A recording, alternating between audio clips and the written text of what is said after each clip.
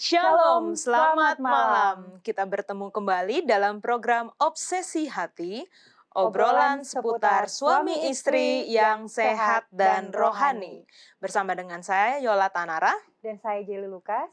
Dan malam ini kami mewakili Hope Channel Indonesia mengucapkan turut berduka cita, bela sungkawa bagi keluarga Bapak Leo Sumampau yang diizinkan Tuhan, ayah terkasih telah beristirahat menunggu pagi yang cerah. Jadi keluarga Leo Sumampau yang biasanya selalu memandu obsesi hati, pada malam ini harus kita gantikan dulu. Iya. Kita menjaga rumah mereka untuk sementara. Benar sekali, Yola. Dan kami turut berduka cita atas nama Hope Channel Indonesia. Iya, dan malam hari ini saya kepikiran gitu, kenapa yang dipilih kita berdua ya, wanita-wanita. Iya, betul. Bukan suami istri Bukan seperti suami biasa istri ya. seperti biasanya. Ternyata ada alasannya. Karena malam hari ini kita akan membahas sesuatu yang sangat penting gitu Yola, berhubungan dengan wanita, yaitu mengenal istri. Ya, jadi wanita ini kan diciptakan sebagai makhluk yang indah, tapi bersamaan juga membingungkan mungkin ya. Jadi malam hari ini kita akan pelajari dengan detail tentang bagaimana mengenal istri kita. Dan walaupun sebelumnya di episode yang ke-7 telah dibahas sama pendeta dan Mem Kuntaraf tentang bagaimana mengenal pasangan Anda, tetapi malam hari ini kita akan mengupas lebih jauh tentang bagaimana mengenal istri kita. Jadi untuk para istri, terutama untuk para suami, jangan beranjak dari depan layar kaca Anda, karena kita akan membahas topik yang sangat penting dan menarik pada malam hari ini. Iya, benar sekali Jelly, ini sangat menarik, terutama bagi suami-suami butuh pembahasan yang sangat penting ini. Ya. Karena kalau Anda tidak mengenal istri Anda, wah, agak susah sepertinya nanti di dalam rumah tangga. Jadi tanpa berlama-lama lagi kita akan segera memulaikan pembahasan kita.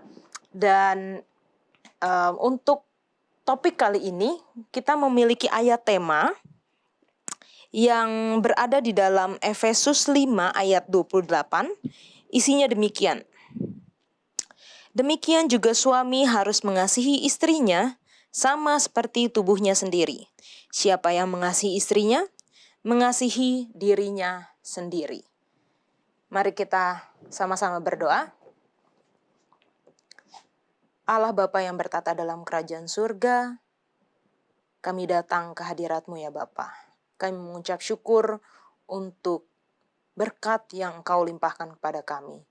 Dan pada saat ini ketika kami akan mendengar pembahasan dari keluarga Pendeta Kuntaraf mengenai bagaimana mengenal istri, biarlah Roh Kudus-Mu tercurah atas keluarga Pendeta Kuntaraf beserta dengan lidah mereka ketika mereka membahas topik ini, dan Engkau juga bersama dengan seluruh pemirsa kami di mana saja berada, untuk kami dapat mengerti dan kami dapat mempraktekannya di dalam rumah tangga kami, sehingga rumah tangga kami menjadi rumah tangga yang bahagia, yang berdasar kepada Yesus Kristus. Beserta juga dengan keluarga Bapak Leo Sumampau yang sedang berduka, kiranya Tuhan yang akan memberikan kekuatan dan penghiburan kepada seluruh keluarga besar yang sedang berduka. Kami mohon ampun untuk segala dosa-dosa kami. Di dalam nama Tuhan Yesus Kristus kami berdoa. Amin. Amin. Malam hari ini kembali ya kami mengundang saudara-saudara untuk kita berpartisipasi aktif. Pasti banyak pertanyaan dari saudara-saudara tentang rumah tangga ataupun tentang topik kita pada malam hari ini tentang mengenal istri. Jangan ragu, silahkan bertanya agar supaya kita bisa apa ya yang ingin saya tanyakan, dan itu akan dijawab oleh pendeta dan juga Mem Kuntaraf pada malam hari ini. Anda bisa mengirimkan pertanyaan Anda melalui WhatsApp atau melalui SMS. Anda bisa melihat ada nomor call center di bawah yang sudah tertera. Silahkan mengirimkan pertanyaan Anda, dan juga bahkan Anda bisa bertanya melalui kolom komentar yang ada di Facebook maupun YouTube Hope Channel Indonesia. Untuk menjaga privasi Anda Anda tidak perlu menyebutkan dari siapa, tapi cukup mencantumkan lokasi di mana Anda berada dan apa yang menjadi pertanyaan Anda. Iya, betul sekali Iya. Jelly. Setiap minggunya, setiap episode itu banyak pertanyaan-pertanyaan yang sudah masuk kepada kami. Dan topik kali ini juga menarik ya. Jadi kami menantikan pertanyaan-pertanyaan dari pemirsa dan tentunya kami berdua tidak hanya berdua di sini. Kita akan menyapa narasumber kita yaitu Pendeta Kuntaraf dan Ibu Pendeta Kuntaraf, Ibu Kathleen. Selamat malam di Indonesia. Dan selamat pagi di Amerika. Selamat malam di Indonesia, tapi selamat pagi di North Carolina. Apa kabar Pendeta dan Ibu Pendeta? Puji Tuhan, baik-baik saja. Masih sehat, puji Tuhan. Puji Tuhan. Luar biasa karena kita akan segera mendengarkan pembahasan dari Pendeta Kuntaraf juga Mem Kathleen. Kami persilahkan. Silakan Pendeta untuk pembahasan yang menarik ini. Baik. Terima kasih Yola dan dengan Jelly ya. Oke. Dan pertama kami pun ingin mengucapkan turut berduka cita kepada keluarga Sumampau. Ya, atas ini dan akan memberi penghiburan kepada keluarga Sumampau, keluarga besar Sumampau atas duka cita yang telah dialami. Ini adalah suatu hal yang tidak bisa kita hindarkan. Semua kita selalu mendapatkan tantangan-tantangan yang seperti ini, namun kita bersyukur kalau kita punya pengharapan di dalam Tuhan. Baik, pembahasan kita ialah mengenal istri. Wah, rupa-rupanya banyak orang yang tidak kenal istrinya ya. Banyak sekali. Banyak sekali. Iya, minggu yang lalu kita bahas mengenal orang tua untuk mengenal anak mereka dan sendiri. banyak orang tua yang tidak kenal anaknya sendiri, sehingga anak itu melakukan berbagai macam kenakalan, orang tidak tahu, orang tuanya tidak tahu. Nah, sekarang apakah suami mengenalkan istrinya sendiri? Nah, itulah yang kita akan coba bahas bersama-sama. Nah, kembali kepada ayat yang telah dibacakan tadi, terdapat dalam Efesus 5 ayat 28 yang berbicara mengenai masalah kebutuhan daripada sang istri. Demikian juga suami harus mengasihi istrinya sama seperti tubuhnya sendiri. Siapa yang mengasihi istrinya, mengasihi dirinya sendiri. Jadi kalau tidak mengasihi istri, berarti tidak mengasihi dirinya. Kalau dia mengasihi dirinya, pasti dia akan mengasihi istrinya. Dan yang disebutkan di sini oleh memang kebutuhan daripada istri adalah untuk disayang. Untuk disayang, ya, kasih sayang itu sangat penting sekali. Nah, apa yang telah terjadi ialah bahwa sering ya orang tua tidak mengenal anak dan kemudian istri atau suami tidak mengenalkan istri. Nah, apa yang dikatakan oleh Ravi Satasivang? Dia mengatakan understanding between husband and wife will pave the way to build a happy home. Jadi kalau suami tidak mengerti akan istrinya, berantakan rumah itu. Sebab kalau dia mengerti, maka rumah itu akan menjadi a happy home. Dia pave the way. Membuka jalan. Membuka jalan untuk membangun rumah tangga yang bahagia adalah pengertian satu sama lain. Jadi 2 minggu ke depan kita akan membahas tentang pengertian daripada istri kepada suami. Tetapi sekarang kita bahas dulu suami untuk mengerti akan istri. Oke. Jadi, nah sekarang pertanyaan untuk suami. Pertama, apakah Anda mengetahui bahwa mayoritas istri sering mengalami kekecewaan, stres, frustrasi, depresi, tidak puas, bahkan putus asa? Jadi banyak suami yang tidak tahu itu, ya. Apakah Anda tahu bahwa istri Anda sering berada dalam keadaan letih, bosan, kesepian, hingga mengalami depresi regular? Dan kemudian kita tanyakan bahkan kadang-kadang istri mengalami depresi berat sampai punya perasaan sedih sebab merasa tidak ada gunanya untuk hidup lagi. Itu betul-betul kalau tidak mengerti suami, wah, sudah kiamat lah. Jadi berbagai macam permasalahan yang telah terjadi oleh sebab sang istri yang merasa bahwa dia begitu sedih sekali, ya. Dan suami tidak mengerti. Nah, untuk itu apa yang menjadi penyebabnya? Nah, ini menurut Dr. James Dobson, seorang yang cukup ternama, sampai tahun 2010 dengan dia punya Family Life Radio, kemudian terkenal tulis banyak buku dan banyak buku-bukunya. Salah satu How to Hide and Seek Answers. Banyak sekali buku ya, Dare to Discipline dan sebagainya. Kemudian apa yang menjadi penyebab yang utama? Pertama, penyebab terbesar adalah kurangnya komunikasi. Makanya kami menulis ini buku komunikasi keluarga, karena itulah dasar dari para problema rumah tangga. Lack of communication. Nah, kurangnya komunikasi, jadi istri sedih tetapi dia tidak kemukakan, kemudian suami juga tidak mengerti, maka itu menjadi suatu permasalahan yang sangat besar. Ya, dan ini kalau bisa berlarut-larut itu bisa menjadi satu masalah yang cukup kronis. Ya. Kemudian kedua, sering suami tidak melihat adanya problem tersebut. Ya, dia pikir kenapa kok heran sekali, ini kok tiba-tiba jadi marah istri. Dia tidak tahu masa-masanya kenapa istri marah. Nanti kita akan bicarakan. Ya.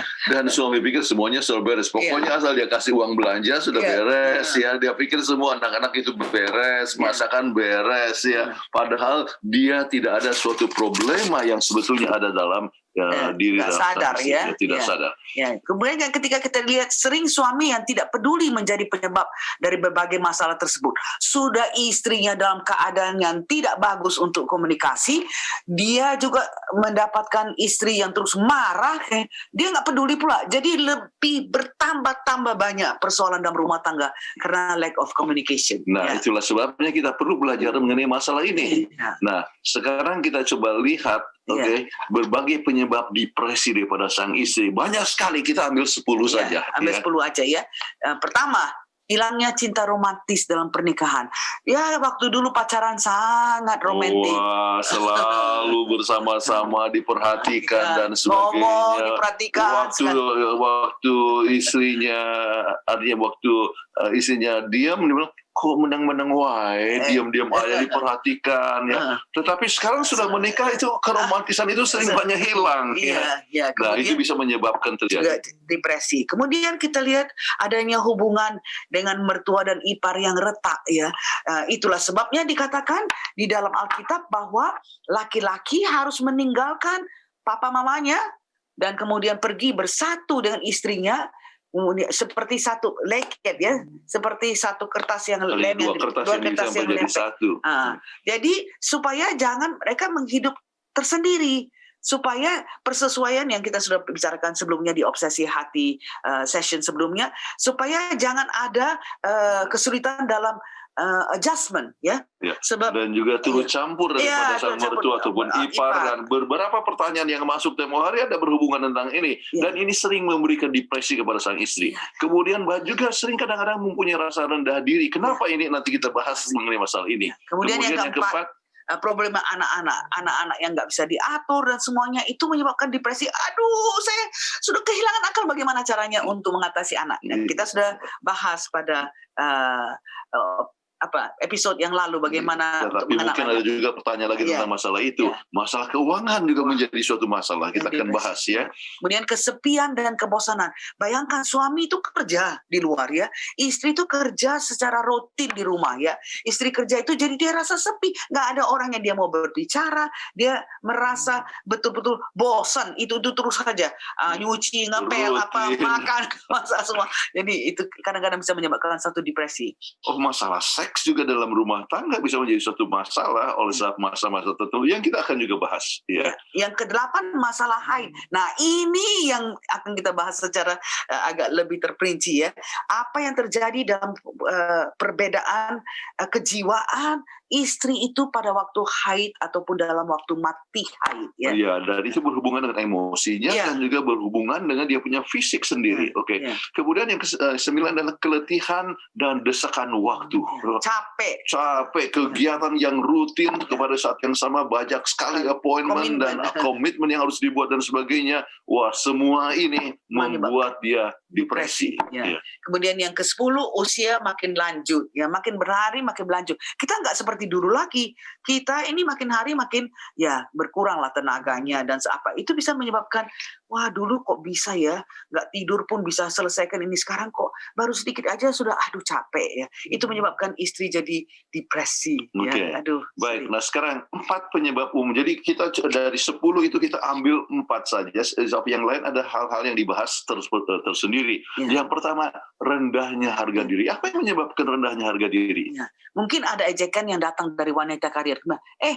Orang kan wanita karir itu, apa kerjanya? Oh, di rumah. Oh, cuma di rumah aja. Zaman kini kan perempuan harus selalu berpendidikan, harus bekerja. Jadi dia merasa minder karena dia merasa bahwa ya, padahal kita pelajari bagaimana 7 tahun pertama yang terbaik adalah penjagaan kepada anak-anak kita. Sebab di situ kan kita sudah pelajari episode yang lalu. Nah, jadi mereka justru direndahkan diri. Jadi apa enggak mereka jadi depresi? Jadi itu yang banyak dialami oleh para ibu-ibu di rumah. Kemudian kecantikan yang makin berkurang ya. Jadi tubuh yang mungkin berkembang ya. Jadi dia takut bahwa suami tidak lagi sayang kepada dia. Oleh sebab kulit sudah mulai keriput. Kemudian ya badan berkembang dan sebagainya. Jadi menyebabkan perasaan harga diri artinya yang rendah. Mereka kurangnya merasa dihargai oleh anggota rumah tangga. Apakah itu mertua atau kok ipar atau ini. Wah, ini kok jadi dia merasa lebih depres lagi. Jadi bagaimana cara mengatasinya? Dengan senyap harus ada satu pengertian daripada sang suami bahwa sang istri itu mengalami berbagai macam tantangan dan perubahan-perubahan dalam dirinya. Ya. Jadi harus sang suami mengerti akan keadaan itu, tetap memberikan kekuatan, dia tetap memberikan kasih sayang, dan walaupun dia mungkin tidak terlalu menarik lagi dibandingkan dengan waktu masa gadis dulu, tetap disayangi. I love you, sweetheart. I love you. Oke, jadi ini adalah satu perkara yang sangat penting sekali bahwa sang istri tetap merasa dihargai, dicintai, kemudian kalau berbuat satu kegiatan, tetap kita ucapkan terima kasih dan sebagainya. Jadi pengertian daripada sang suami itu sangat penting sehingga rumah tangga itu tetap terbina dan tetap mempunyai kebahagiaan dalam rumah tangga. Iya. Jadi Baik. istri nggak depresi lagi. Okay. Kemudian alasan yang kedua, penyebab yang kedua, kenapa istri merasa depres ya, itu adalah karena keletihan dan desakan waktu. Sudah capek dan kemudian banyak pressure ya, banyak tekanan, banyak desakan ya. Oh, untuk menjadi arisan lah ini begini ini. Jadi oleh sebab banyak kegiatan dan ada komitmen yang tidak terpenuhi, dia merasa aduh gimana ini. Jadi dia merasa sangat depres karena tidak bisa tercapai dia punya goal. Sampai kurang tidur ya dan sebagainya. Tetapi sang istri selalu kadang-kadang kamu kan hanya di rumah aja. Saya yang kerja keras. Sang suami nggak ngerti. Kadang-kadang tidak mengerti, ya. Jadi pernah dengar cerita tentang suami coba tukaran peranan, ya. Oh jadi, istrinya yang kerja di luar, kemudian sang suami tinggal di rumah. Oh, baru dia tahu, suaminya itu baru tahu, wah, bukan main, hebat sekali istri saya itu ya. Pagi-pagi sudah bangun, masak, kemudian kasih mandi anak, kemudian bawa ke sekolah, dan kemudian pergi ke pasar belanja, dan kemudian masak lagi, terus bersihkan rumah, ngepel rumah dan sebagainya. Dia bilang, ampun, amit-amit, bukan main, istri saya rupanya kerja dengan begitu berat. Karena kan suami, ya tidak ada mempunyai penghargaan sama sekali sama istri yang begitu, yang sudah. Iya, kadang-kadang jadi dia mau ganti peranan, dia duduk, ya, kemudian hanya lihat televisi, dipikirnya semuanya beres. Aduh, nah, itulah sebabnya tugas suami adalah untuk mempunyai pengertian akan kesibukan istri, ya. Kemudian membantu istri dalam prioritas, misalnya dalam penggunaan keuangan. Ya. Kalau memang sang istri itu sudah begitu sangat sibuk sekali, kadang-kadang kita perlu apa? Pembantu. Ya, pembantu misalnya.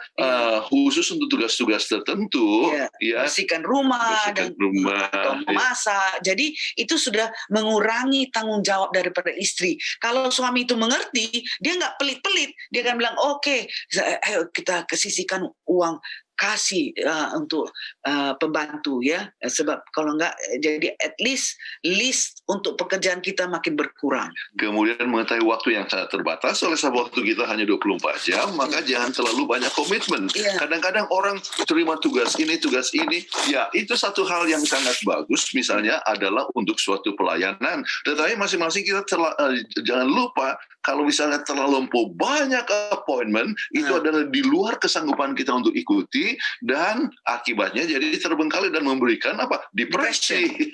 Depresi. Jadi walaupun banyak pelayanan yang dilakukan, kita harus ingat untuk keterbatasan kita yang hanya mempunyai waktu 24 jam saja. Know your limits katanya. Iya. Jadi istri jangan semua oke semua jadinya kewalahan ya. Oke, jadi itu sangat penting sekali. Kemudian kita coba lihat penyebab yang lain. Yang ketiga adalah kesepian, kebosanan, dan hilangnya cinta romantis dalam rumah tangga.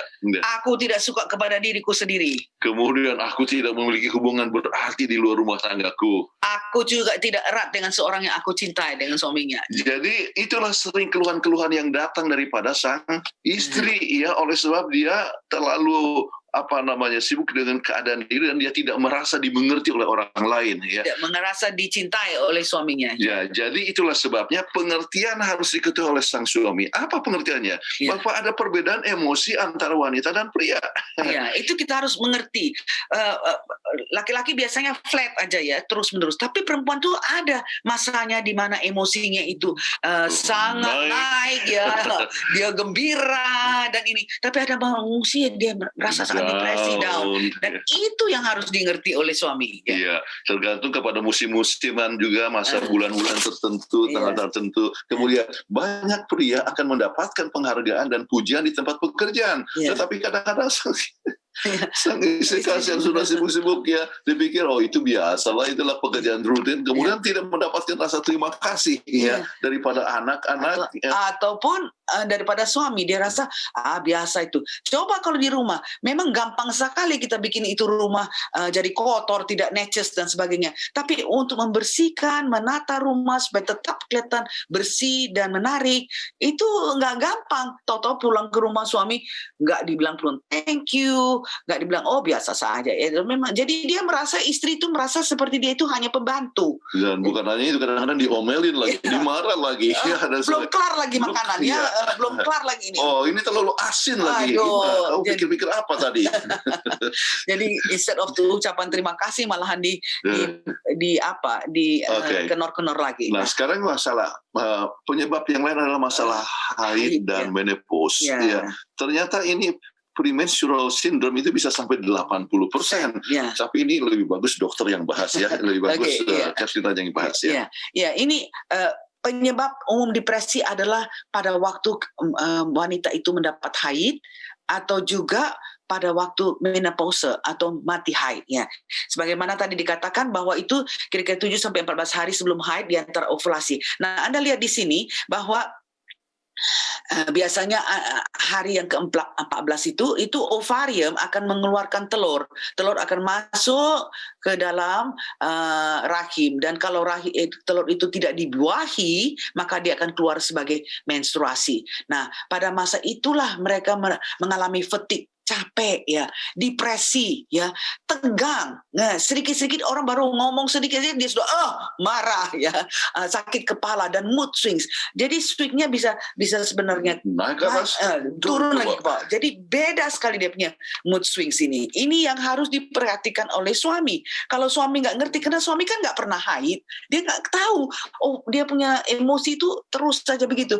Tapi kalau waktu premenstrual syndrome ini mau bicarakan suami mengenai soal uang, bisa berantakan karena dia tidak bisa mengerti, karena pada waktu itu adalah masa depresi. Nah, sekarang saya akan coba terangkan sedikit mengenai lingkaran menstruasi ini. Kalau Anda lihat ya, ini garis yang tebal ini adalah suasana hati, emosi. Jadi sebelum menstruasi itu, premenstrual menstruasi itu Anda lihat dia akan menurun. Jadi pada masa ini perempuan sangat sensitif ya, disebabkan yang sama-sama dengan naiknya.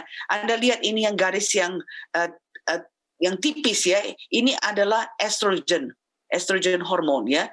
Dia akan menurun sebelum menstruasi. Dan begitu juga progesteron. Progesteron itu adalah hormon yang timbul pertengahan daripada siklus menstruasi ya. Kemudian dia akan naik. Dan ini akan sama-sama progesteron dan juga estrogen akan turun bersama-sama dengan emosinya. Nah, inilah fase yang suami harus mengerti.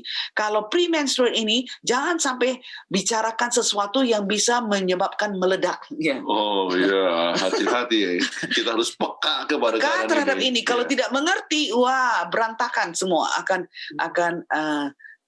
menjadi pecah belah ya ini rumah tangga. Oke, jadi apa sekarang ada perubahan emosi ya. Ya, ya. Jadi sekarang bicara tentang masalah menopause ini. Ya, jadi itu satu, ya itu secara reguler tadi tentang haid yang suami harus mengerti. Dan kemudian kita harus mengerti ada gejala emosi maupun gejala fisik yang terjadi kalau wanita itu sudah mau menjurus ke mati haid ya atau menopause ya, di sekitar 50 tahun ya, di mana dia merasa depresi berat yang dapat berakhir untuk berapa bulan tanpa merasa ada kelegaan. Nah, ini harus betul-betul suami mengerti. Kalau enggak suami itu asal aja tetap marah kepada istri yang tidak memberikan respons. Dan juga perasaan harga diri yang rendah ya, Ya. oleh sebab mungkin merasa bahwa dia tidak akan bisa menghasilkan anak lagi. Iya.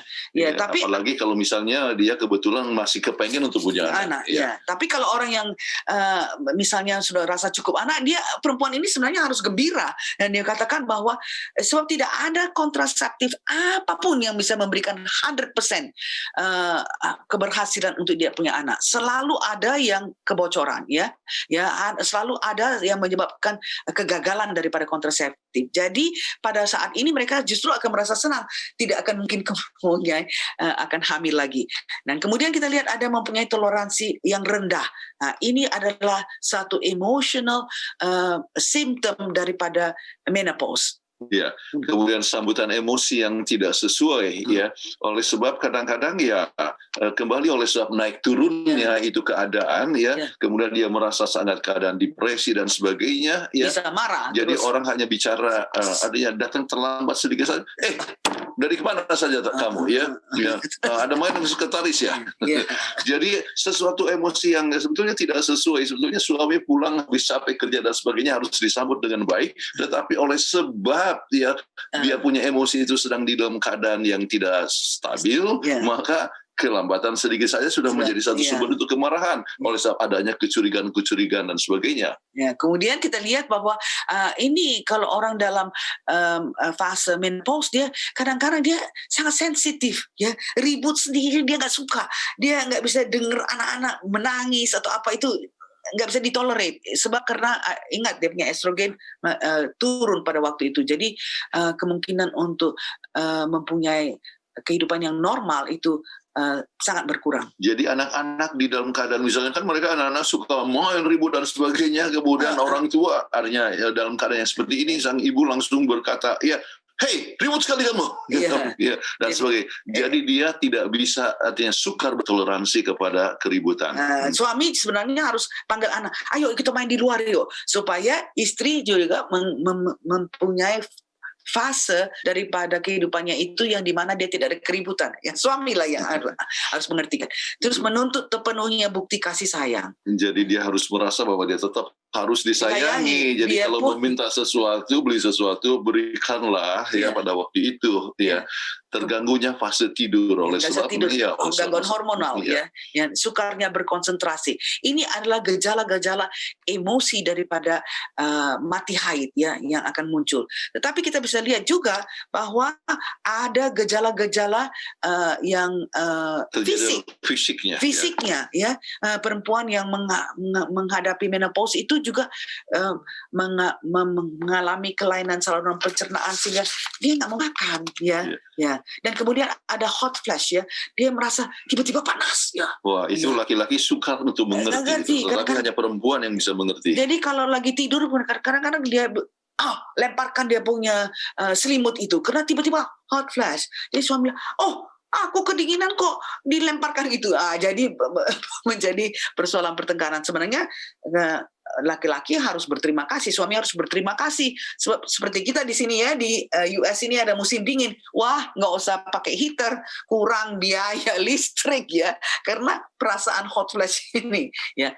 Kemudian ada rasa vertigo, rasa sempoyongan tiba-tiba, rasa sembelit ya, dia nggak bisa buang air besar, perasaan gemetar, perasaan kesemutan ya, kulit menjadi kering. Tadinya kulitnya itu penuh dengan halus tapi sekarang menjadi kering dan terutama bisa kering itu bukan saja di kulit ya, tetapi juga di vagina, sehingga kalau di vagina itu mengurangnya selaput lendir, maka terjadi kepedihan ya, yang dikatakan waktu berhubungan itu akan menyebabkan sakit pada berhubungan seks. Jadi yang dikatakan dengan dyspareunia atau kurangnya libido, sudah jelas lah dia sudah merasa tidak sakit kalau ada hubungan seks, tentu dia nggak kepengen untuk mempunyai hubungan seks lagi, dan merasa nyeri pada berbagai persendirian. Terus dia merasa tahikardi ya, jadi denyutan jantungnya itu cepat seperti dikejar-kejar harimau ya.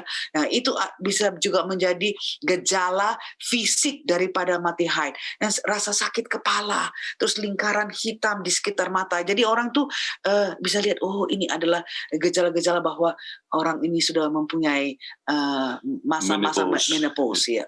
Jadi kita bisa melihat bahwa berbagai macam problema yang menyebabkan depresi daripada sang istri ya, dan banyak sering terjadi dalam masa menopause ini. Oke. Nah sekarang apa yang harus diketahui oleh sang istri? Suami harus mengerti. Suami perlu ketahui tentang istrinya. Ingat, wanita haus akan kasih sayang. Itu ingat dia pertama kali. Makanya dikatakan hendaklah engkau mengasihi istrimu. Jadi biar bagaimanapun dalam keadaan ini, apalagi kalau suami sudah mengerti adanya fase haid ini dan adanya gejala-gejala emosi dan gejala-gejala fisik yang terjadi setelah orang itu mengalami menopause, dia harus lebih memberikan kasih sayang. Jadi dalam hal ini sang istri juga harus kasih tahu dalam hal apa kasih sayang itu harus ditunjukkan.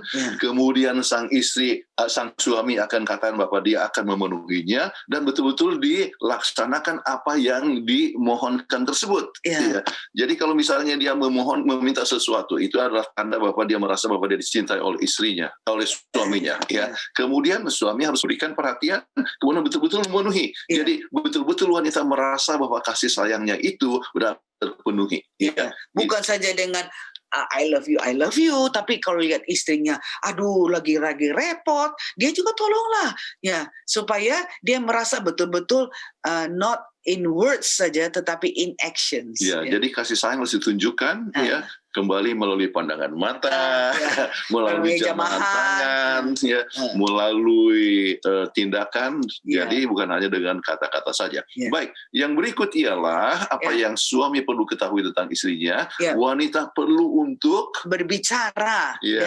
Karena kalau wanita itu merasa kalau suami itu nggak mau bicara dengan dia, maka itu seperti dia ada perhatian kepada orang lain. Jadi perlu sekali berbicara, sebab itu merasakan adanya satu hubungan yang erat antara suami istri. Tapi kadang-kadang suami pulang dari kerja, ambil koran, baca. Istri bicara, oh iya. Jadi tidak ada perhatian, tidak ada eye contact ya, sehingga merasakan bahwa istri itu tidak mendapat kasih sayang dari suami. Sebab mungkin salah satu oleh sebab sang suami kan dia punya vocabulary lebih sedikit daripada sang istri. Jadi istri kan ya di rumah saja, jadi belum dikeluarkan itu semua. Padahal suami itu sudah dikeluarkan yang 5.000 kata itu sudah dikeluarkan di kantor, sampai di rumah sudah capek kemudian hanya lihat televisi. Tetapi ini yang bisa menghasilkan 15 sampai 20.000 kata-kata belum dikeluarkan. Jadi itulah sebab dia mau seorang pendengar yang bisa mendengarkan kepada dia, kepada sang istri. Nah, yang berbedanya sering suami pikir bahwa kalau orang menyatakan problemnya itu harus diberikan solusi. Enggak, suami nggak ngerti bahwa istri itu hanya mau mengutarakan itu ngoceh ya, hanya mau memberikan perhatian, hanya mau melontarkan, hanya mau kasih tahu isi hati ya. Jadi yang penting itu suami dengarlah, siap untuk mendengar dan memperhatikan. Alright. Kemudian kita coba lihat yang berikut adalah wanita perlu kejujuran, keterbukaan dan kepercayaan. Kalau dia dapatkan saja itu suami tidak jujur, wah sudah hilang. Ada suami yang dia hilang jabatan, hilang pekerjaan. Nggak kasih tahu sama istrinya, takut istrinya nanti akan ngamuk. Jadi pinjam uang sama orang lain. Akhirnya makin bertambah-tambah mereka punya hutang. Wah, kedapatan dari istrinya, istrinya ngamuk sekali karena dia tidak jujur. Harus kasih tahu dalam susah, dalam senang, suami harus kasih tahu. Istri juga harus kasih tahu kalau dalam susah dan senang, communicate kepada suaminya. Ya, Ya, kadang-kadang sang suami gunakan saja kredit card sebab keuangan tidak ada gaji, sudah stop ya. Ya. Kemudian itu kan bunganya makin lama makin besar ya. Dan itu sudah menjadi suatu beban keluarga. Ya. Jadi wanita perlu kejujuran, keterbukaan dan kepercayaan. Jadi sang suami harus dapat dipercaya ya. Jadi kemudian wanita perlu jaminan keuangan. Wah, Ya. ini materi maksudnya. Bukan mati. Kan ada orang katakan, oh kalau gitu kawin sama orang yang kaya aja. Enggak, belum tentu orang kaya juga. Belum tentu kawin dengan orang kaya itu akan bahagia. Sebab orang kaya itu bisa juga tidak mengerti akan istrinya. Tapi wanita perlu juga uang. Bagaimana dia bisa menghasilkan makanan di atas meja? Ya, suami kadang-kadang kasih hanya sejumlah uang setiap bulan itu. Jadi mengharapkan harus sudah ada makanan ini. Seolah-olah istri itu bisa membuat mujizat. Oke, itulah sebabnya kami selalu anjurkan waktu kita membahas tentang keluarga, artinya keuangan keluarga, ialah supaya dianggarkan bersama-sama. Masing-masing harus mengetahui uang itu adalah digunakan untuk apa, dibuat anggarannya dan sebagainya. Jadi dia merasa ada suatu terjamin bahwa untuk kebutuhan keluarga itu ya dapat terpenuhi dengan baik. Dan suami harus bekerja. Kemudian ingat, wanita perlu komitmen kepada keluarganya. Komitmen itu dapat ditunjukkan dari waktu ya. Jadi sang bapak ya atau suami harus memberikan waktu kepada istri ataupun juga kepada anak ya. Jadi komitmen itu adalah sangat penting sekali. Kadang-kadang main bersama-sama atau olahraga bersama-sama ataupun juga berbakti bersama-sama. Itu adalah satu hal yang sangat penting. Atau juga menolong ya. Suami pulang ke rumah udah makanan belum tersedia.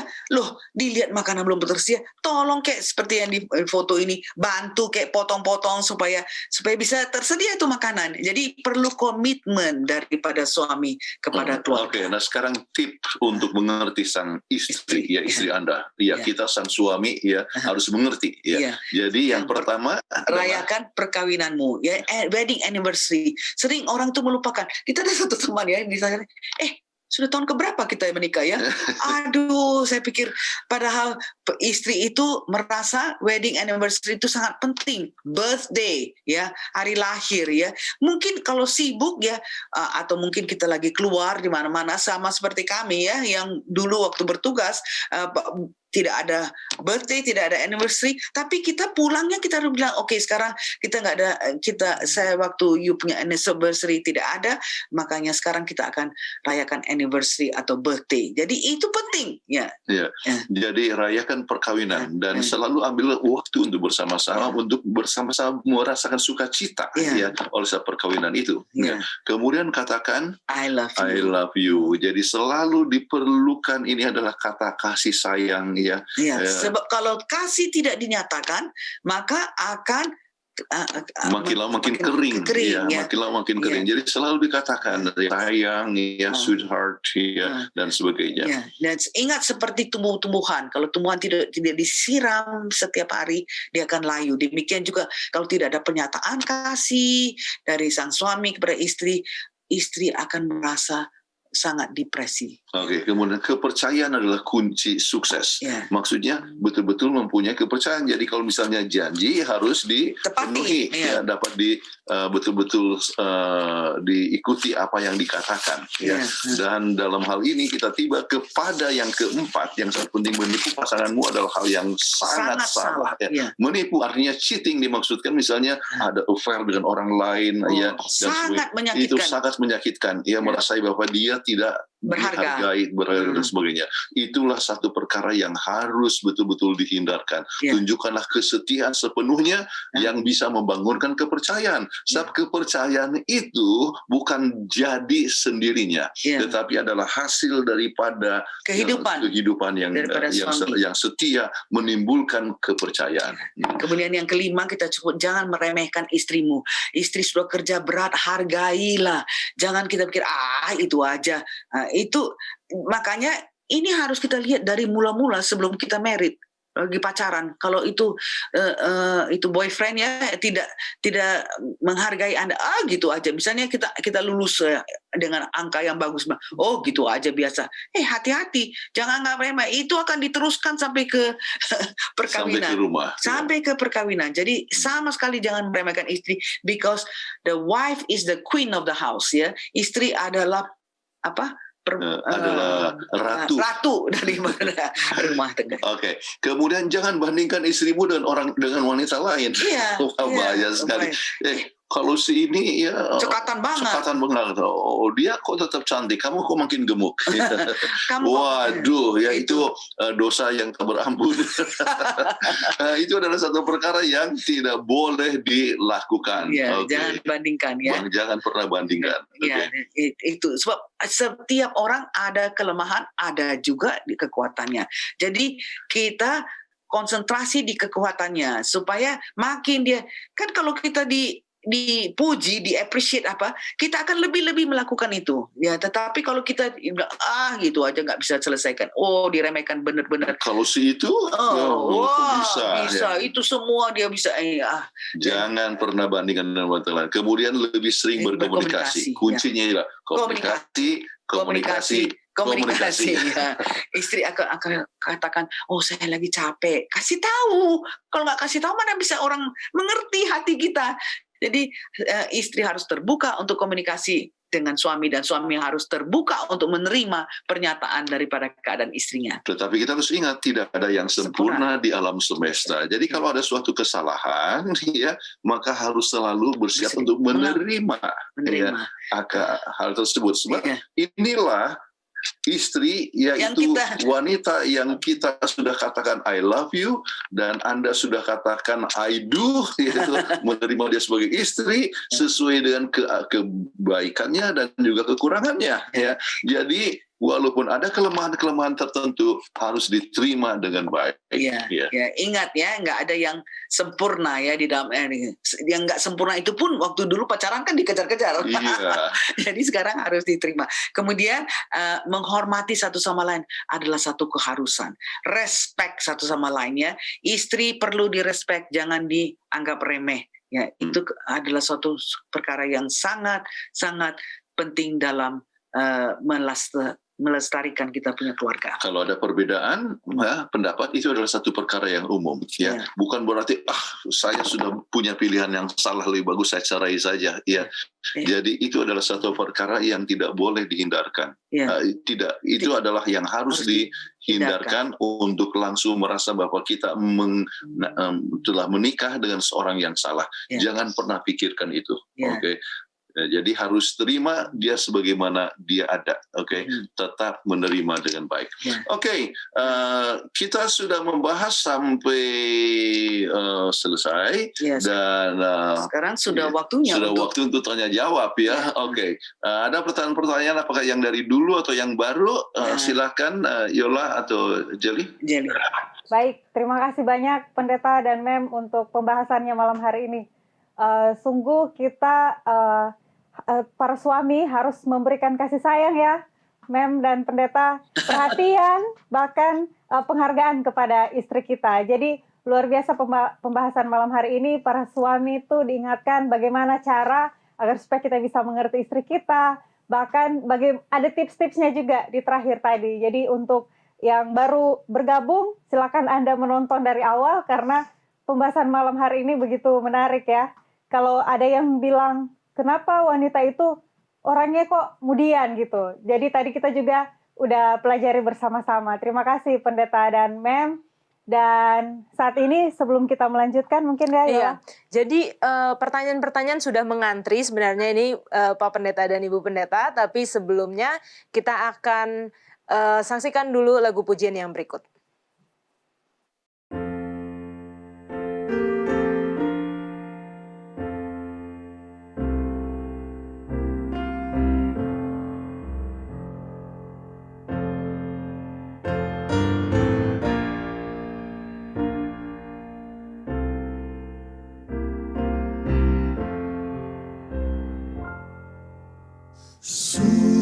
Sucikan hatimu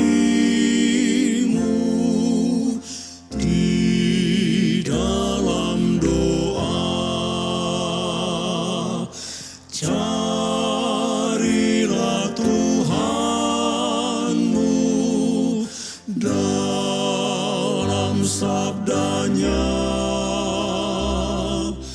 tunjukkanlah cinta, tolong yang lemah, minta berkat Yesus dalam hidupmu. Sucikan hatimu selagi di dunia. Gunakan waktumu beserta Yesus. Pandanglah padanya, tiru kasih-Nya, buangkan segala dosa, cari rahmat-Nya.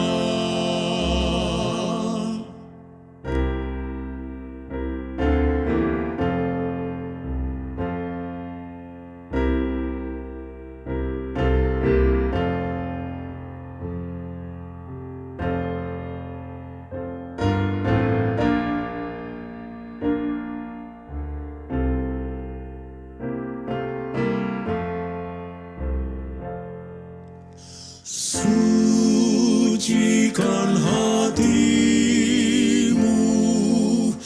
oleh kuasa-Nya.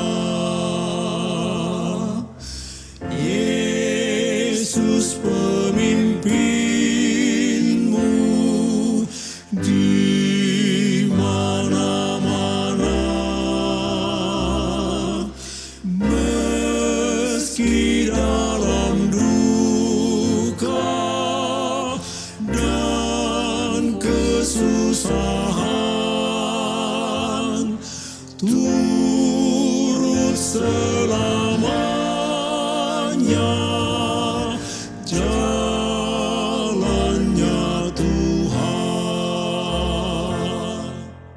Sucikan hatimu, badan dan jiwa. Tundukkan dirimu pada sabdanya. Roh-Nya yang menuntun pada kasih-Nya, dan tentu engkau pun tiba di surga.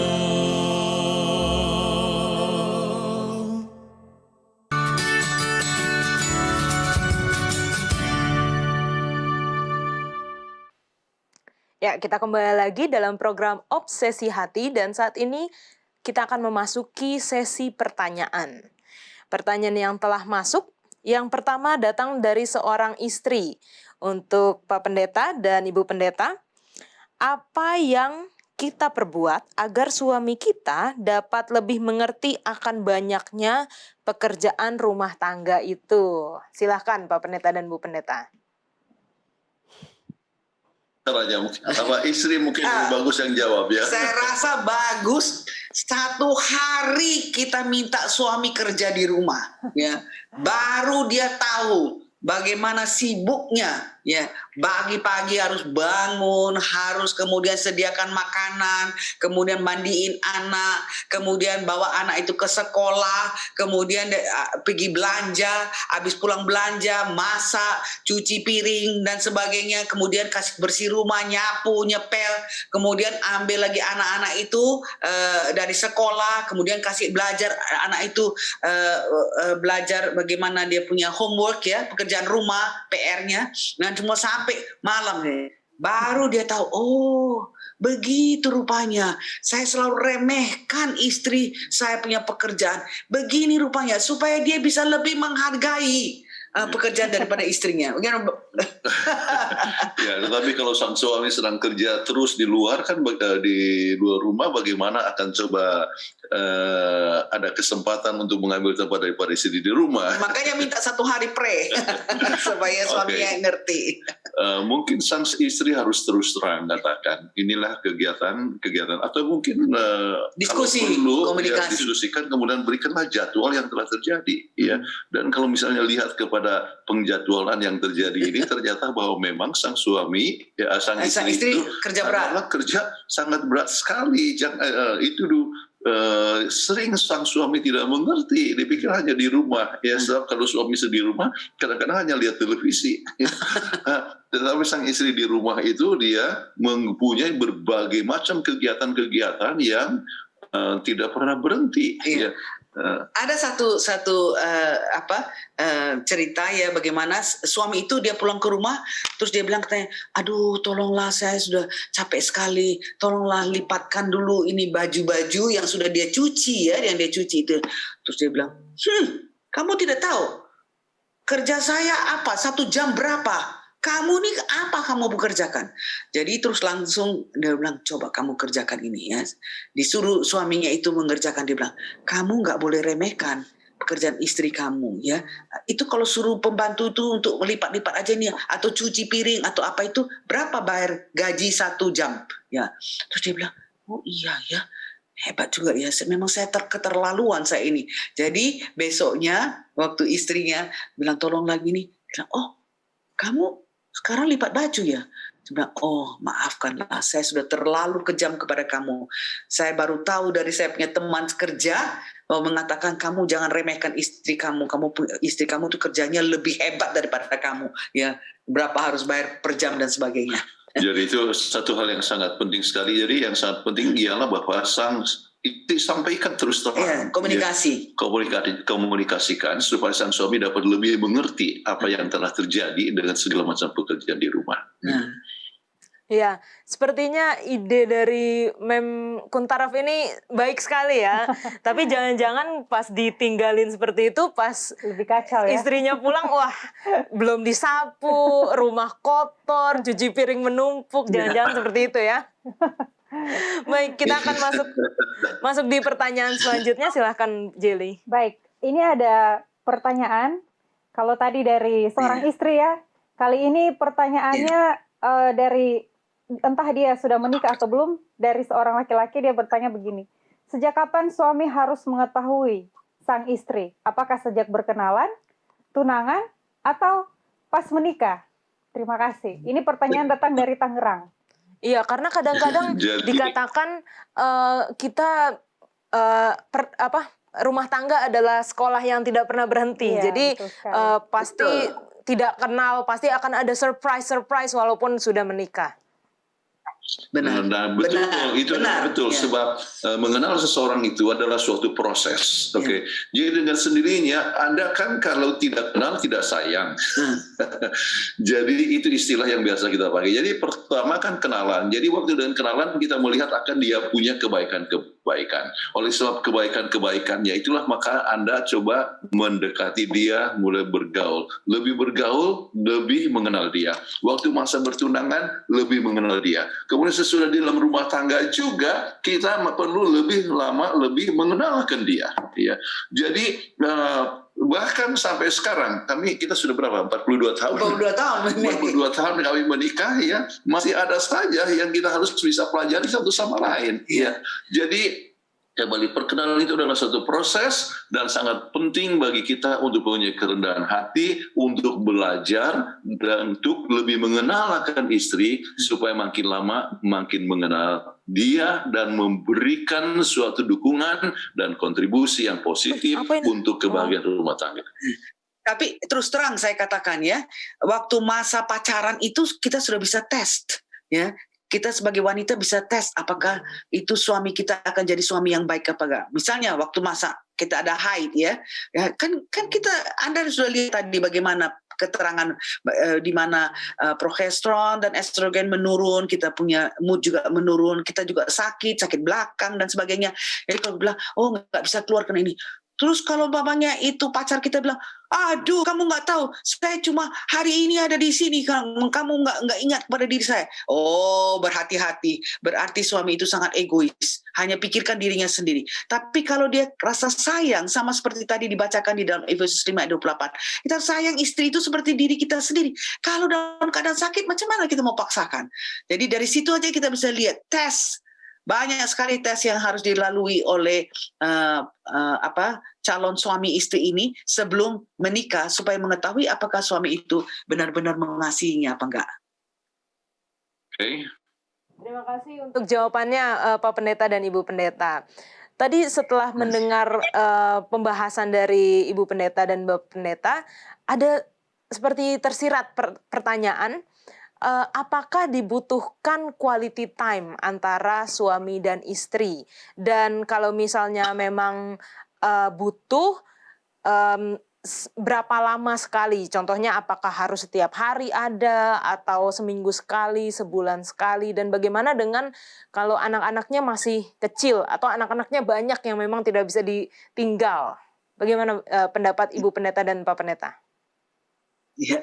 Yang dibutuhkan bukan hanya quality time, tetapi juga quantity time.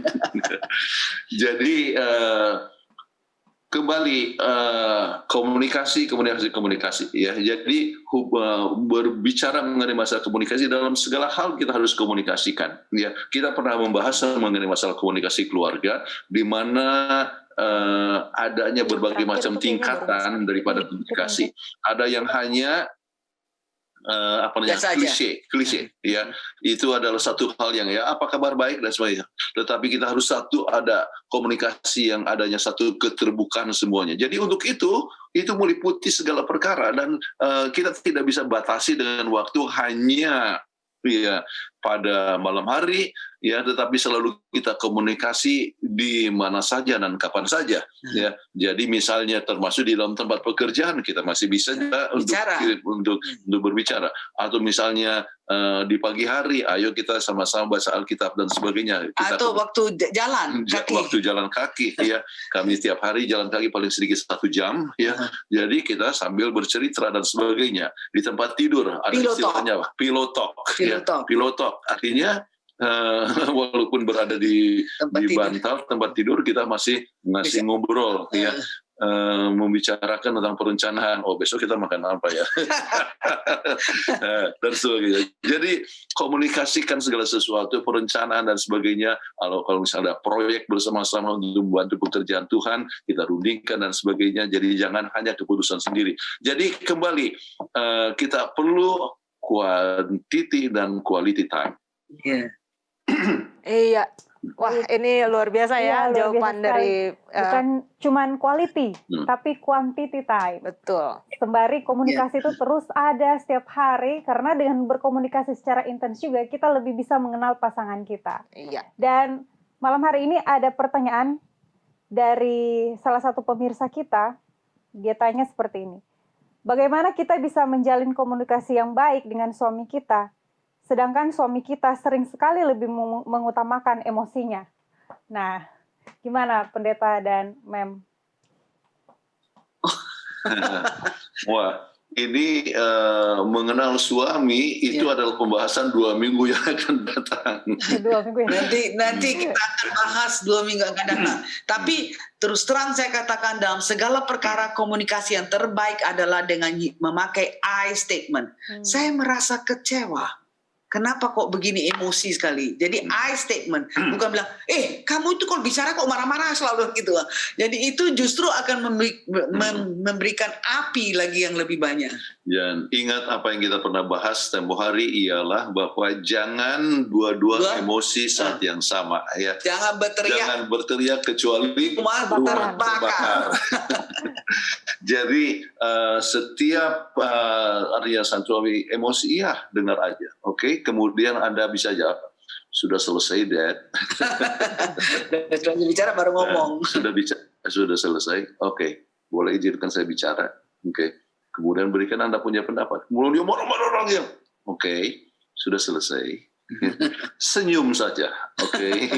Jangan emosi ditambah dengan emosi. Apa yang dikatakan bahwa di dalam Alkitab itu di dalam Amsal 15 ayat 1. Ya, Jawaban yang lembut adalah memadamkan kegeraman. Ya. Jadi itu satu hal yang sangat penting. Tetap jawab, sambut dengan lembut ya kalau misalnya sang suami itu emosi. Oke. Wah, ini sepertinya butuh latihan ya. Butuh latihan karena sementara marah terus kita hanya senyum. Kami sudah latih 49 tahun. Wow. Iya, memang betul. Pacarannya 7 tahun. Kami pacaran 7 tahun, kemudian menikah 42 tahun. Jadi kami sudah latih 49 tahun. Iya, karena menahan emosi di saat yang satunya lagi marah-marah itu sepertinya sulit seperti itu. Tetapi memang harus butuh dilatih. Baik, Ya, selanjutnya. ingat I statement ya. Iya.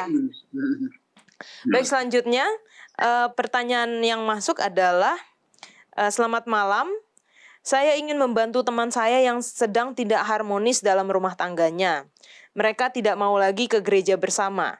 Istrinya tinggal di rumah dan suami serta anak-anak saja ke gereja. Bagaimana langkah-langkahnya untuk membantu mereka? Terima kasih. Ini dari Kupang, Pendeta.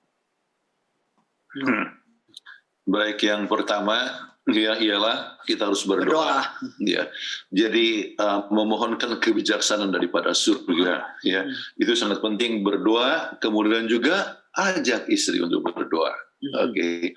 Ya. Jadi ajak istri untuk berdoa. Kemudian ya tanyakan kepada istri dengan terus terang. Ya, kembali komunikasi ya.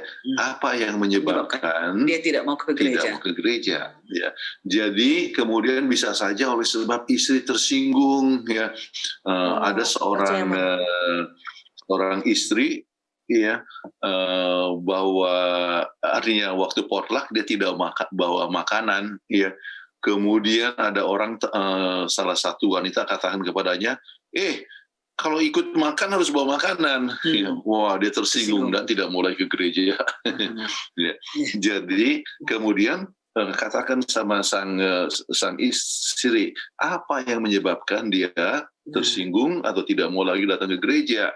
Kemudian kalau itu mengenai masalah tadi, ya katakan, ya memang kan sudah sepatutnya kita harus bawa makanan, bukan ya, walaupun kita adalah keluarga pendeta ya dan sebagainya. Jadi coba redakan itu emosinya yang menyebabkan sang istri tidak mau ke gereja. Ya. Misalnya kalau dia bilang nggak ada sempat, oke lah, nanti waktu-waktu potluck saya tolong masakin buat kamu ya. Jadi kita kasih dia pertolongan ya. Kalau itu makanya masalah makanan, tetapi kita tidak tahu. Mungkin tersinggung kalau saya dibicarakan oleh orang lain ya, atau dia marah sama pendeta sebab khotbahnya itu mengena kepada dia ya.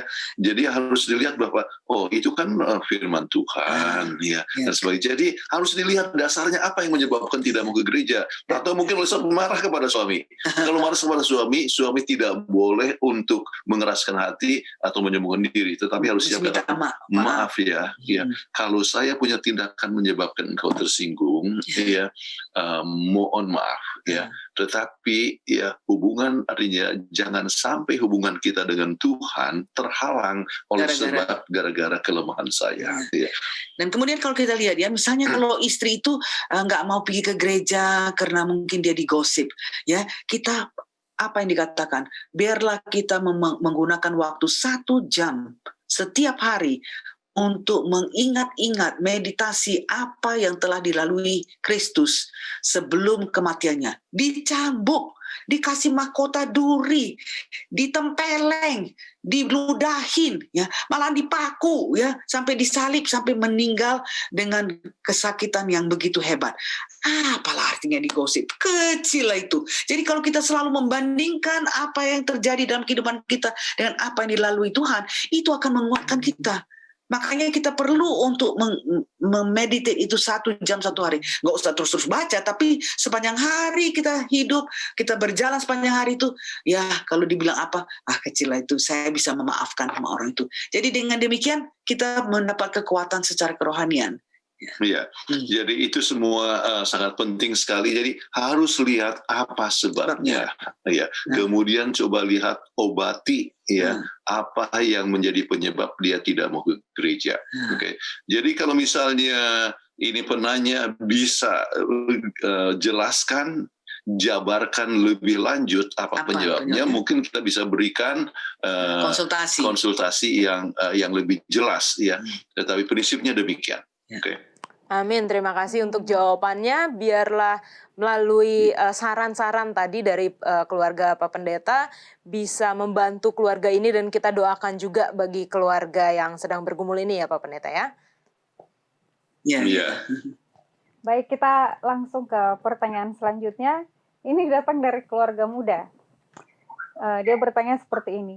Apakah sosial media saya, suami mesti mengetahuinya? Hanya apa sosial media saya suami bisa mengetahui? Ya, nggak ada masalah ya. Suami kan apa yang kita harus sembunyikan dari suami? Ingat, kita harus ada keterbukaan. Saya punya iPhone, suami bisa buka, bisa baca. Istri saya juga bisa buka, saya punya iPhone. Ya, kenapa?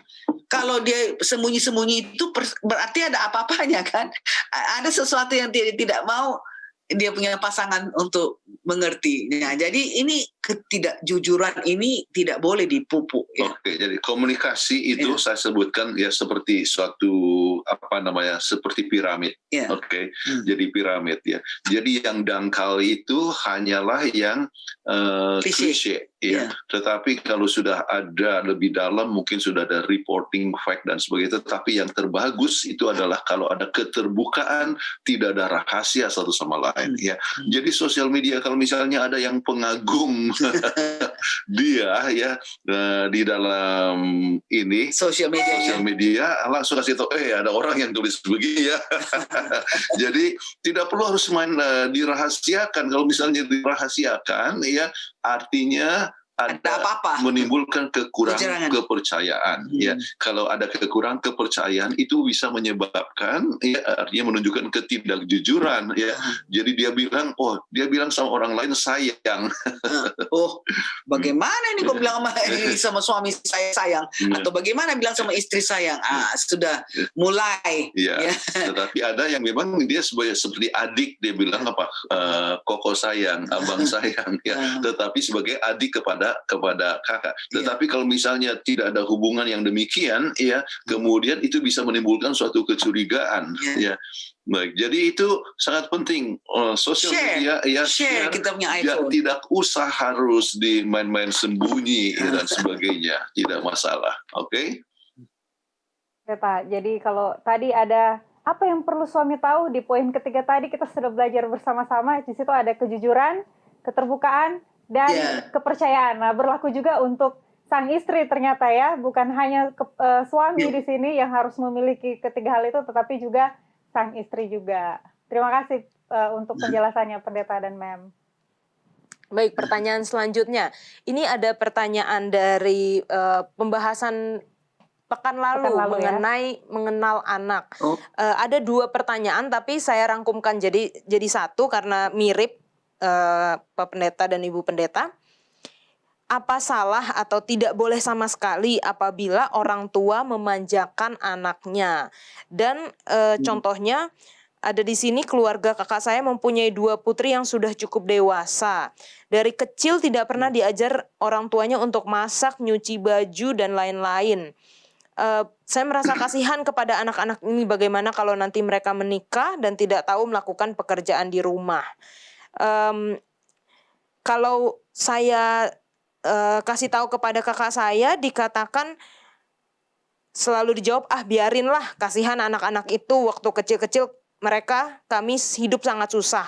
Selalu begitu cara jawabnya. Saya ingin bantu tapi bingung bagaimana caranya. Mohon penjelasan dari Pak Pendeta dan Ibu Pendeta. Wah, ini nampaknya ini tidak memberikan pengajaran kepada anak dengan cause and effect ya. Jadi tidak menyebabkan apa kalau nggak kerja gini atau malas-malas begini, tidak tahu masak gini, efeknya bagaimana. Jadi cause and effect ini tidak diajarkan oleh ibu daripada yang menanyakan ini. Jadi kalau mau menolong daripada kakak ini, kita harus memberitahu terus terang. Memanjakan anak itu tidak baik. Lihatlah pengalaman daripada Yusuf, ya. Iya. Memanjakan akhirnya sehingga memberikan anak itu satu kehidupan yang tidak seimbang. Oke. Ya. Jadi si Daud, ya, dia tidak pernah menegur akan anaknya. Ya. Kemudian apa yang terjadi? Ya, maka terjadi berbagai macam permasalahan ya di dalam keluarga. Kembali yang penting kita harus tahu ialah anak-anak perlu kasih sayang. Betul. Ya. Jadi orang tua mau mengasihi akan anak-anak itu adalah benar dan memang kita harus memberikan kasih sayang.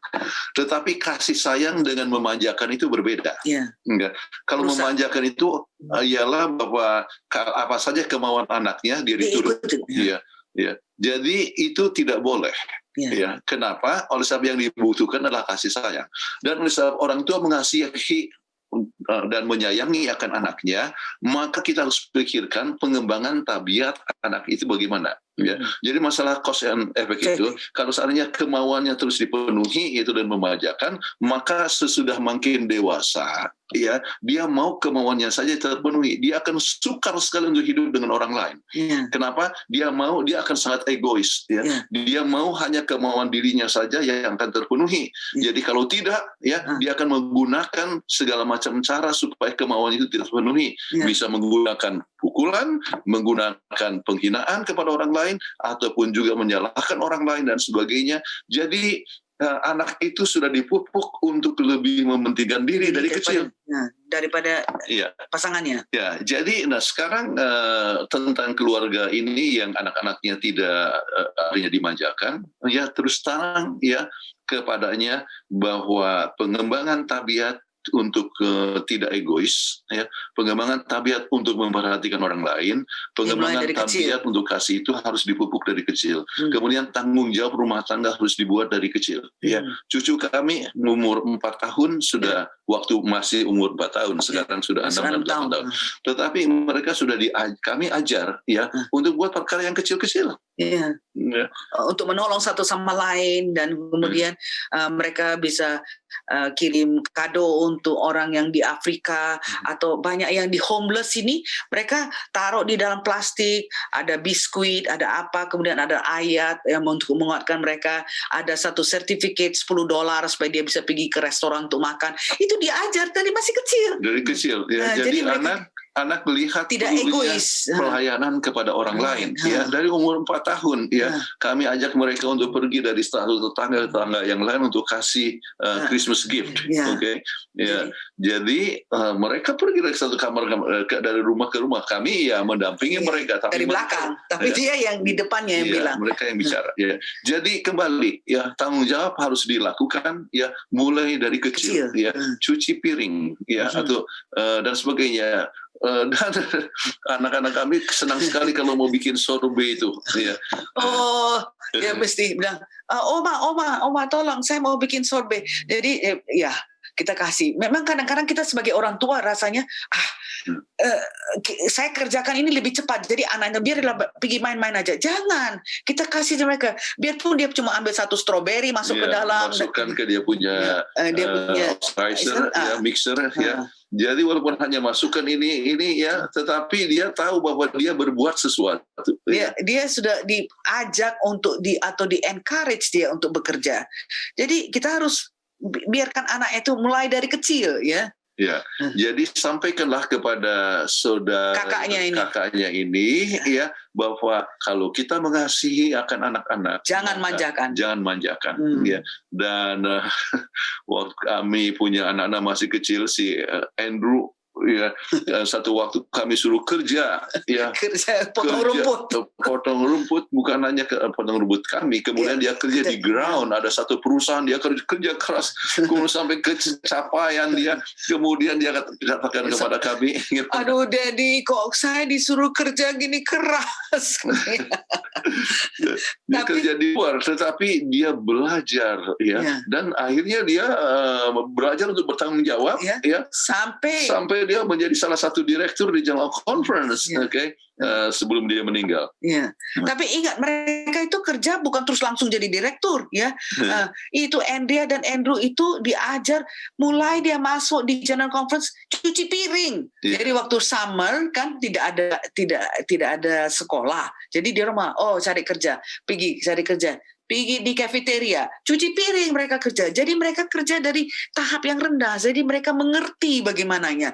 Nah, kalau anak ini manja terus, dia tidak pernah akan mengerti kehidupan yang sebenarnya. Ya, Ya. itu akan menyusahkan. Jadi tidak bisa menghadapi Kesukaran. masyarakat, ya, kalau selalu harus artinya Dilindungi. artinya dimanjakan.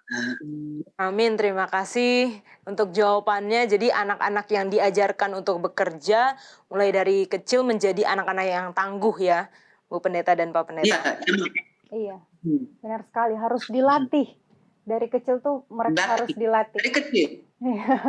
Terima kasih. Dan ini juga pertanyaan dari episode yang lalu. Ada 2 pertanyaan yang serupa. Saya akan coba bacakan. Ini kayaknya benar-benar anak zaman sekarang gitu. Anak-anak sekarang malas baca Alkitab dan mereka lebih memilih untuk main game.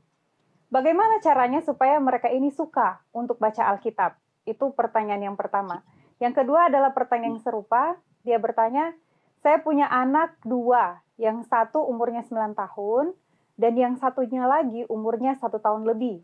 Nah, di masa pandemi ini, dia sudah terbiasa dengan HP, dan kadang sudah mulai tidak menurut lagi. Kalau disuruh ke gereja, dia hanya mau main HP saja.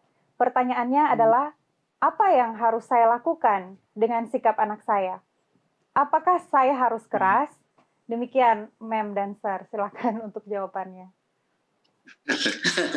Oke, kembali disiplin itu sangat penting sekali, ya. Jadi penggunaan HP kita harus berhati-hati sekali, sebab itu adalah satu hal yang bisa menjadi orang jadi kecanduan.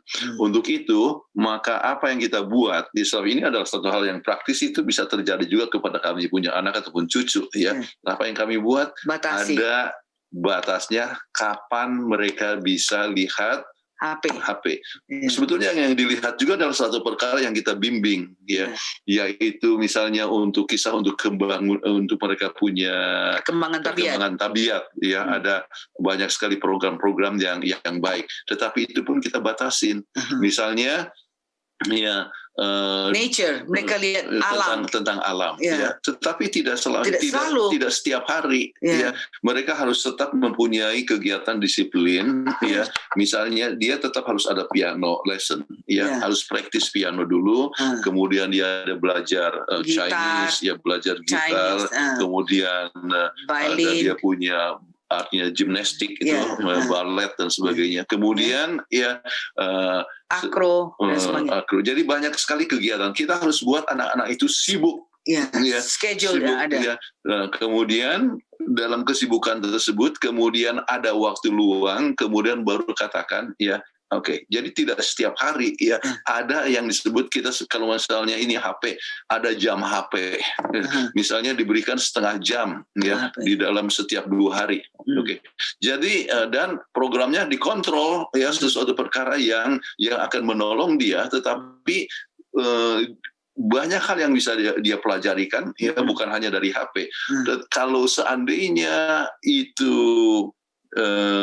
diberikan itu pengaturan sedemikian rupa, bukannya kita kejam, tetapi adalah untuk membimbing kegiatannya, ya. Supaya mereka balance hidupnya. Supaya jangan dia tergantung kepada hanya HP saja. Ya. Kemudian tentang supaya senang kepada Alkitab, ya.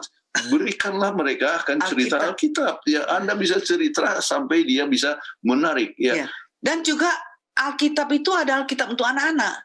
kita punya cucu baru umur 8 tahun ya, Chelsea, dia selalu bawa itu Alkitabnya, Alkitab buat Children's Bible ya.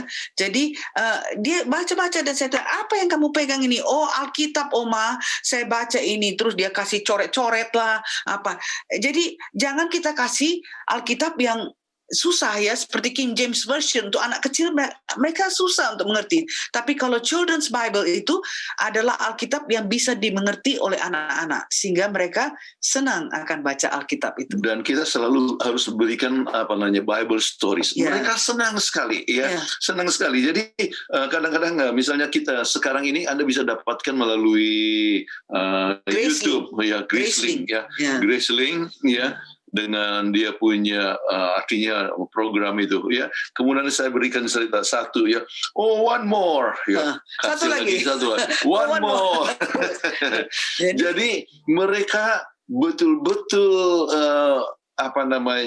kita bimbing ya cerita Alkitab ya, yang membuat mereka senang kepada firman Allah ya, kepada firman Allah ya. Jadi tidak selamanya harus pakai HP, tetapi pakai HP pun bisa kita dapatkan itu Graceling ya, atau cerita langsung ya, atau melalui langsung dari Bible Stories ya. Kathleen ya, waktu anak-anak masih kecil selalu kasih cerita Bible Stories dan mereka senang sekali ya. Nggak pernah mau satu saja cerita. Mami, another one. Satu lagi sudah. Oh, it's time to go to sleep. Ini waktunya untuk tidur. Nah, jadi satu ini terakhir. Waduh, senang sekali diulang-ulang cerita. Jadi kalau mereka tidak bisa, kita mau anak itu senang akan Alkitab, ya belajar Alkitab, ya cerita Alkitab. Kalau mereka sudah bisa baca, kasih Alkitab untuk anak-anak, ya. Nah itu akan dipupuk-pupuk terus sampai jadi akhirnya dia senang untuk baca Alkitab. Kalau disebutkan di sini umurnya baru 1 tahun berapa? Dan 9 tahun. 1 tahun dan 9 tahun ya 1 anaknya. 1 tahun dan 9 tahun. Iya. Jadi Anda ingat, sementara anak-anak ini kecil, ini adalah di bawah kontrol Anda. Ya, kalau berada di bawah kontrol Anda, maka Anda harus membimbing dia sedemikian rupa. Kalau misalnya seorang itu menyebabkan ia tidak suka kepada firman Tuhan, tidak suka kepada Alkitab dan sebagainya, maka Anda tidak mau ke gereja akhirnya, kemudian Anda mempunyai hak untuk mengambil itu HP. Ya, privilege-nya diambil. Maaf ya, untuk kebaikanmu, ya sekarang ini ya kamu tidak boleh punya HP. Oke, jadi ambil HP. Kemudian ini kita harus tunjukkan juga bahwa kita orang tua memberikan teladan ya dalam penggunaan HP. Misalnya waktu makan ya, HP dikumpul dulu. Di basket, jangan kita nonton ataupun, sebab satu hal yang sangat jelek sekali kalau waktu makan masing-masing buka HP-nya. Itu sudah tidak bagus. Orang tua tidak memberikan teladan yang baik. Ya. Semua keluarga. Kemudian kita bisa gunakan waktu makan adalah waktu untuk bercerita, untuk fellowship yang baik dan sebagainya.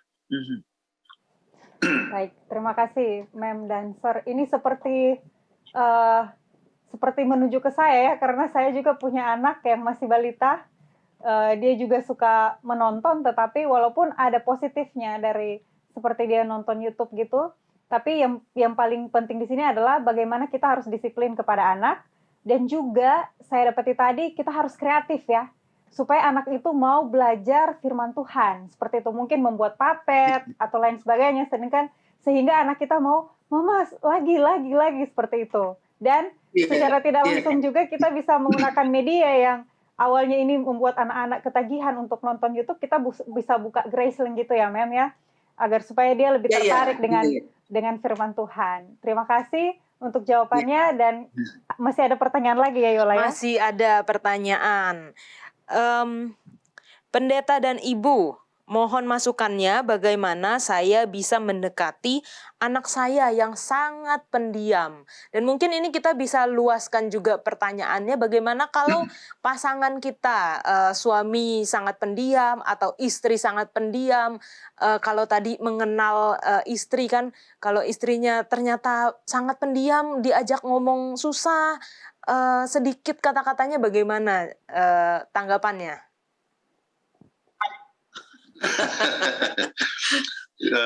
Kita harus lihat bahwa masing-masing itu mempunyai personality, temperamen yang berbeda, gitu ya. Jadi secara umum kita kenal ada yang sebut extrovert, ya, dengan introvert. Oke. Jadi kalau orang yang introvert itu, ya, memang diam-diam, ya. Karena extrovert itu dia suka banyak bicara. Itu dari segi kepribadian. Kemudian dari segi temperamen, ya, ada yang sanguin, ada kolerik, ya selalu ngomong, ya. Tetapi kalau yang pragmatik ataupun yang lambat ngomong, yang melankolik lebih bagus, dia lebih banyak diamnya. Jadi masalah temperamen ini, ya, kita harus ingat, ya, itu sukar untuk berubah. Sukar untuk berubah. Tetapi ada yang disebut oleh Dr. Tim LaHaye spirit control temperament. Ya, maksudnya spirit control temperament ialah yang buruknya itu dikalahkan, ya, tetapi yang baiknya diperkembang. Ya. Jadi misalnya sanguin, sanguin itu kan dia suka gembira sekali dan sebagainya. Tetapi kadang-kadang oleh sebab banyak gembira, dia suka punya banyak teman, jadi bisa punya affair. Punya affair. Jadi yang negatif itu yang dikalahkan, kemudian kegembiraan dan sebagainya itu tetap dipupuk dengan baik, ya. Jadi sifat pendiam itu, ya. Pendiam ada baiknya dalam arti dia tidak akan gosip, kemudian dia tidak akan membicarakan orang lain, sebab memang apa? Dia seorang pendiam, Jadi itu ada kebaikannya. Tetapi kalau misalnya pendiam sampai ia tidak melakukan kegiatan yang lain, itu ada hal yang harus dikalahkan. Itulah sebabnya dipupuk bersama-sama. Jadi anak-anak yang misalnya pendiam ini coba diajar untuk melakukan berbagai macam kegiatan yang bisa menyebabkan dia dapat bersosialisasi dengan orang lain. Ya. Dan setiap dia punya pencapaian itu kita harus appreciate dan bilang, wah bagus ya, bisa hafal ya, misalnya ayat hafalan, bagus sekali ayat hafalannya bisa ini. Jadi setiap kali dia dikasih dorongan supaya dia rasanya, ada pencapaian. Saya bisa juga. Saya bisa juga. Ini kadang-kadang termasuk kepada orang dewasa. Ya. Dulu, ya, saya cerita lebih dahulu, bahwa saya tidak tahu bahwa saya bisa juga untuk menulis buku, ya, kami bisa menulis buku, ya. Tetapi, ya, waktu saya buat sebuah artikel, ya, kemudian ternyata oleh percetakan Advent itu langsung artikel itu diterima dan sama sekali tidak ada perubahan apa-apa. Jadi semangat. Kalau gitu diterima dengan baik, ya. Jadi kalau gitu kemudian menyiapkan nulis buku dan sebagainya, ya memang nggak ada diedit dan sebagainya, ya. Tetapi ternyata ada satu confidence untuk menulis. Ya. Begitu juga orang-orang yang pendiam ini rupanya dia kadang-kadang takut, dia rasa rendah diri, ya, dipikir bahwa dia bisa bicara sesuatu yang salah. Jadi diajar untuk misalnya menghafalkan di depan, artinya menghafal Alkitab. Bisa. Kalau gitu bisalah dia bisa juga di depan gereja. Misalnya menghafalkan Mazmur 23. Jadi kemudian kita harus memberikan semangat kepada dia. Kamu bisa juga, ya, bagus sekali itu, ya, suaranya baik, ya. Jadi di-encourage, ya, sehingga dia melihat rupanya bisa ada juga kebaikannya. Tetapi sifat temperamen yang pendiam itu masih bisa ada, tetapi bisa juga menghasilkan sesuatu yang lain. Kemudian misalnya dia mungkin pendiam, tidak banyak berbicara, tetapi mungkin dia bisa menulis, atau mungkin dia bagus untuk musik, ya, atau mungkin bagus untuk olahraga. Ingat ya pelajaran kita yang episode lalu, bagaimana kita harus mengenali tabiat-tabiat daripada anak-anak ini. Ya, jadi jangan orang tua jadi stres, ya, hanya oleh sebab anaknya itu adalah pendiam. Sebab kalau memang itu pembawanya demikian, ya, biasa temperamen mengikuti dia punya oma opah. Oke, oma opanya kadang-kadang mungkin pendiam, jadi dia punya cucu juga pendiam. Itu sering terjadi, oke. Tidak langsung temperamen itu ikut bapak dan ibu, tetapi lebih banyak kepada oma dan opa. Oke, nah. Jadi mungkin dia punya oma dan opa itu mungkin pendiam, jadi dia mempunyai kecenderungan yang seperti itu. Tetapi biarlah kita lihat secara positif bahwa pendiam bukan berarti dia tidak bisa apa-apa. Ya, ada faktor-faktor yang positif tentang itu. Kemudian untuk supaya dia dapat lebih bersosialisasi, berikanlah belajar untuk ambil bagian. Wah, sudah waktu ya ini selesai. Pak Pendeta dan Ibu Pendeta, saking menariknya sampai Tidak terasa, ya. tidak terasa sudah harus berakhir. Jadi tadi yang saya dapatkan, setiap anak itu mempunyai kepintarannya masing-masing. Untuk menutup dari topik kita yang sangat baik sekali hari ini, boleh kami minta untuk closing statement dan juga Pak Pendeta Kuntaraf untuk dapat mendoakan. Oke, baik, closing statement-nya ialah bahwa kita harus mengerti akan istri kita. Ya, jangan sampai dia frustrasi atau depresi oleh sebab kita tidak mengerti akan istri. Ya, kita harus mengerti akan bebannya, temperamennya, sifatnya, kemudian kita bersama-sama berjalan bersama-sama. Ingatlah, mengerti satu sama lain ini merupakan suatu persiapan untuk suatu kebahagiaan rumah tangga. Ya, kebahagiaan rumah tangga tidak bisa hanya dari satu orang, ya, tidak bisa bertepuk sebelah tangan.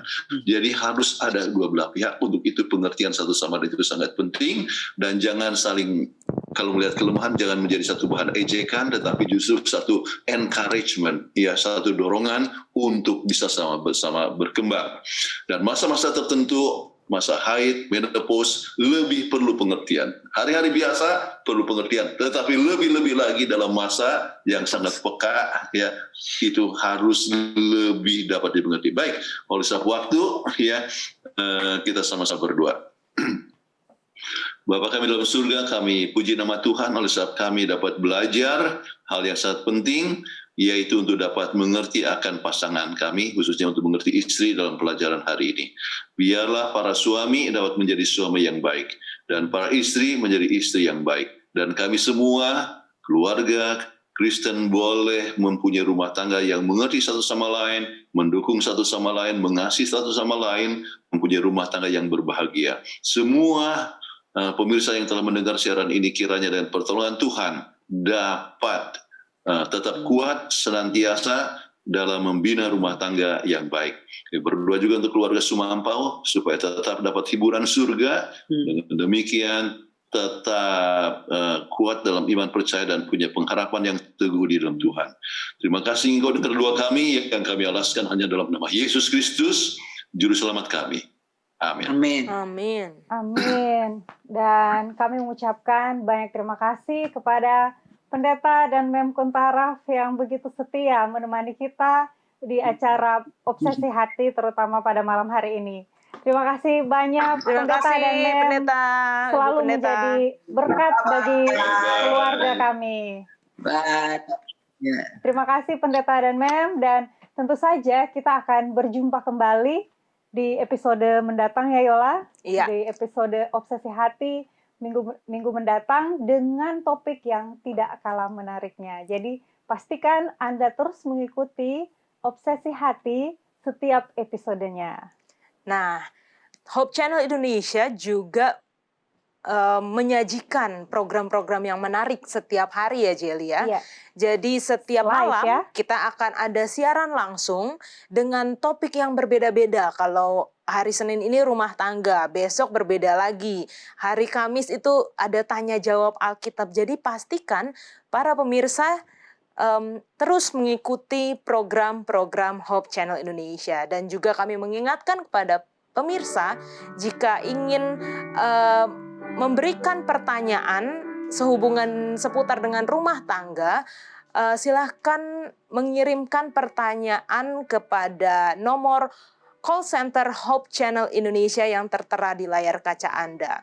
Juga jika ada topik yang ingin diusulkan yang belum pernah dibahas dalam program Obsesi Hati, silahkan mengirimkannya kepada kami, dan nanti keluarga Pendeta Kuntaraf akan memilih topik mana yang dapat kita bahas bersama. Terakhir juga ada YouTube channel Obsesi Hati bagi pemirsa yang belum sempat mengikuti atau mungkin terlewat di episode-episode sebelumnya. Silahkan kunjungi YouTube channel Hope Channel Indonesia dan mencari channel Obsesi Hati. Silahkan tekan tombol subscribe dan juga lonceng sebagai notifikasi sehingga setiap kali Obsesi Hati memiliki episode yang baru Anda akan mendapatkan informasi. Ya, dan sekali lagi kami mengucapkan terima kasih kepada pemirsa setia Hope Channel Indonesia yang sudah menyaksikan acara Hope Hati ini dari pertama sampai akhirnya. Dan kami juga kembali mengucapkan terima kasih kepada narasumber kita, Pendeta Kontaraf dan Mem Kathleen Kontaraf yang selalu setia menemani kita, bahkan kepada seluruh kru yang bertugas malam hari ini sehingga acara Obsesi Hati kita boleh berjalan dengan lancar dan semuanya hanya untuk kepujian bagi nama Tuhan. Nah, akhir kata, saya Jeli Lukas dan saya Yola Tanara. Selamat malam dan Tuhan memberkati.